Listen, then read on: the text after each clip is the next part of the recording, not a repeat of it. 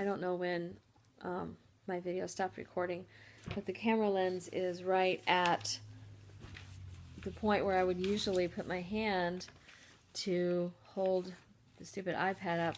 I suppose I could do this another direction. There we go.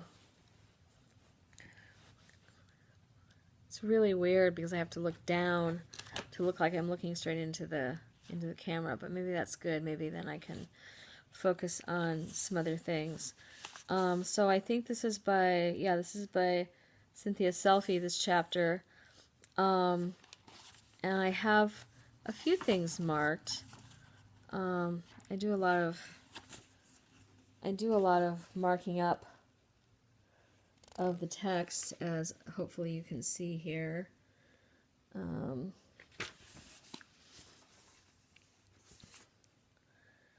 So she talks a little bit. She talks about postmodernism, and I like discussions of postmodernism. I don't know. I haven't gotten to what does all this have to do with new media literacy practices and position instruction and composition instruction yet. But she's been discussing postmodernism and the rise of global terrorist organizations and criminal organizations and activity and terrorism and the rise of fundamentalism and religious and political systems. And that was really depressing me, but it's because it's so true. And it's a dark side of the potentialities of postmodernism. I guess the story about David John Damon is, I'm of two minds about it, because on the one hand,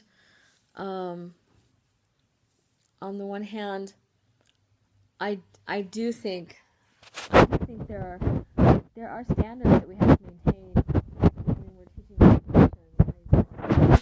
And I think the ability to organize a paper and to have good grammar and whatnot, I think those are basic. I think you have to have them and uphold them. But when I was taught how to teach composition 30 years ago at Illinois State University, we were told, don't overemphasize grammar, because if they don't have it by now, they're probably not going to get it, or they're not going to get a whole lot of grammar instruction from you. You have to do just a little bit at a time. And I agree with that. But on the other hand,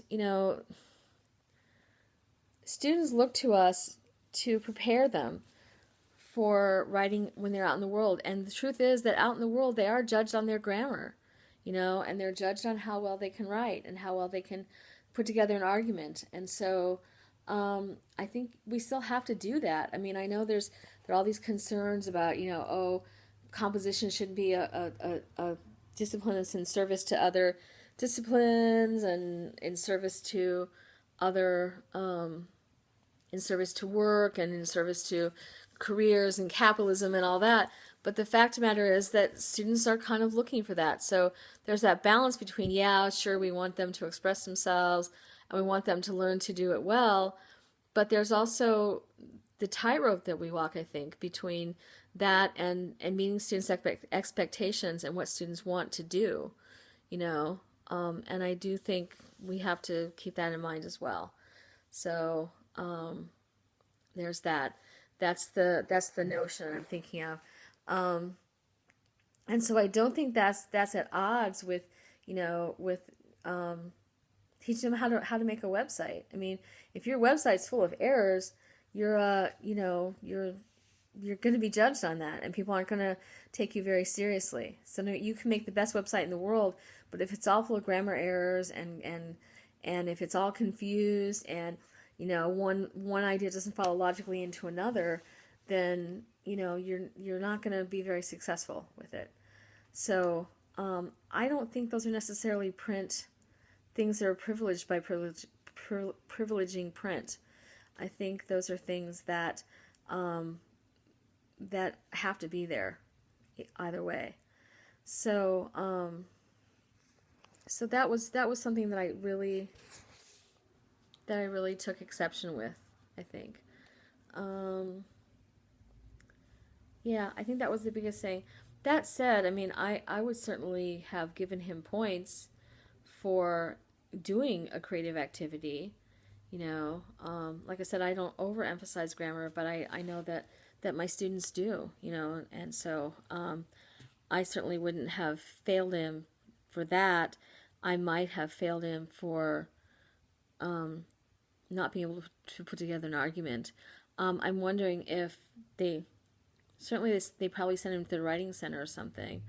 Um, so they, I would hope.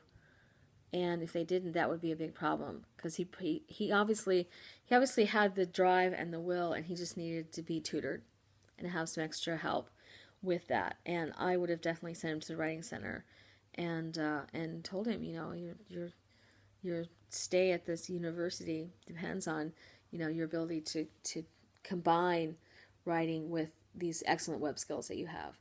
And I would have really tried to make him see that.